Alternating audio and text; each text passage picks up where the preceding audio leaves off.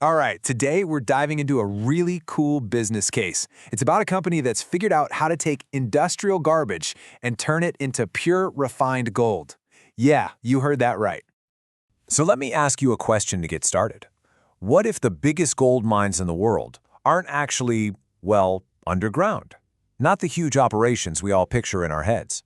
What if they're just hiding in plain sight, piled up in mountains of industrial waste left over from decades of mining?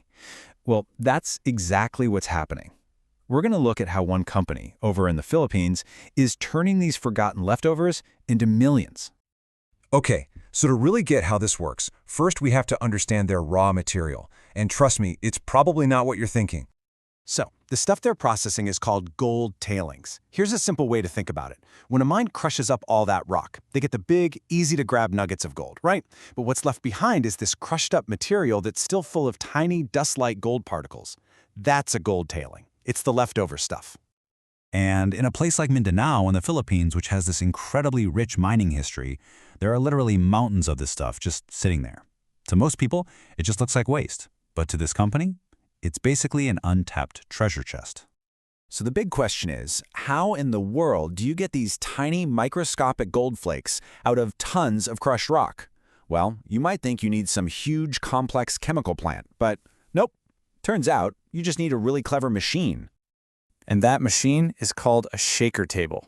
Honestly, the best way to picture it is like a high-tech, super efficient version of an old-timey gold prospector panning for gold.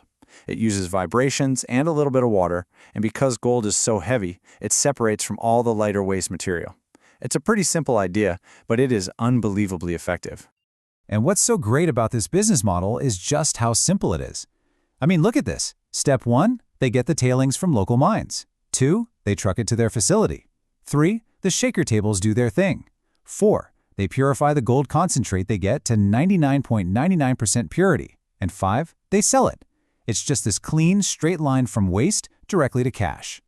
And when you compare this to traditional methods, you really see why it's so smart. You know, old school mining can be super expensive, and it often misses these fine gold particles completely. The shaker table method, though, it's way more efficient, it's cheaper to run, and get this, it has the awesome side benefit of cleaning up old industrial waste.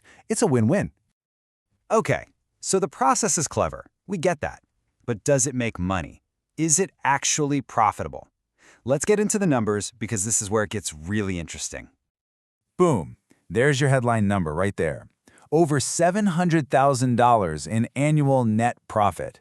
And that's after paying for everything, all the expenses, the refining, any commissions. It's a really impressive figure, and it gets even crazier when you see how small their current operation is. Get this, they're pulling in that profit with just 8 shaker tables total, spread across 4 little sites. It just goes to show you how incredibly efficient each one of these machines is. This isn't some giant industrial complex. We're talking about a super lean, really targeted operation. So just how much gold are they pulling out of this stuff?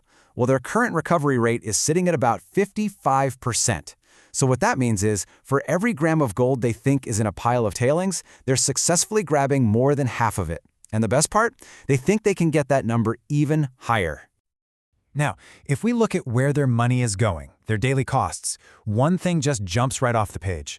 A whopping 70% of their expenses. It's all from one thing, hauling. Just trucking the tailings from the mine over to their facility. Now keep that number in your head, because it is the key to understanding their growth plan.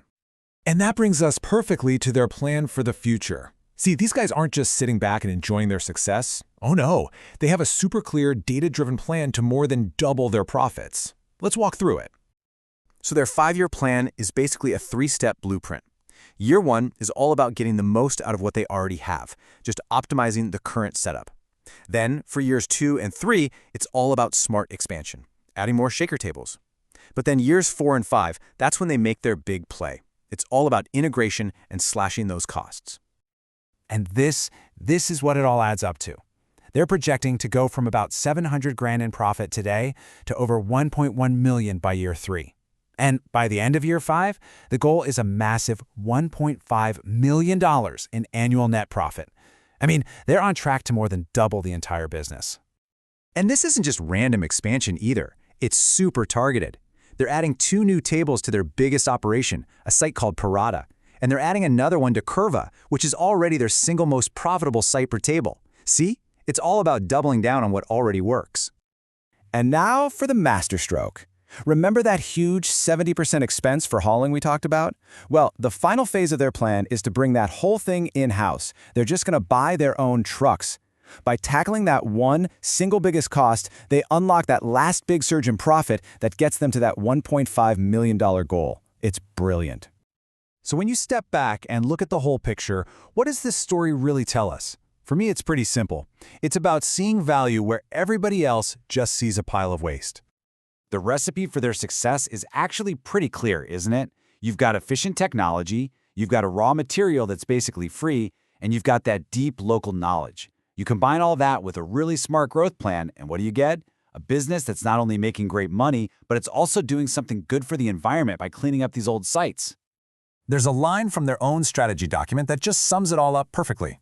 Their goal, they say, is to be both environmentally friendly and economically beneficial, tapping into the untapped value of discarded materials. It's hard to say it any better than that. It really is an incredibly powerful business model. And it kind of leaves you with one last big question to think about, right? If this much wealth can be pulled out of old piles of rock, what other kinds of waste are just sitting around out there, waiting for someone with the right idea to come along and turn it into a fortune?